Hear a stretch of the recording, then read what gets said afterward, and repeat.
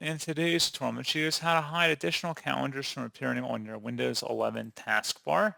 So this should hopefully be a pretty straightforward process here, guys. And without further ado, let's go ahead and jump straight into it. So what I have to do is open up the search menu and search for settings. Best result should come back with settings. Go ahead and select that. Select on the left panel where it says time and language. And then on the right side, select date and time. And then on the right side again, scroll down. Underneath Show Additional Calendars in the taskbar, click the drop down and select Don't Show Additional Calendars, and that's all you have to do. So pretty straightforward process on that, guys. And as always, thank you for watching. I do hope that was able to help you out, and I do look forward to catching you all in the next tutorial. Goodbye.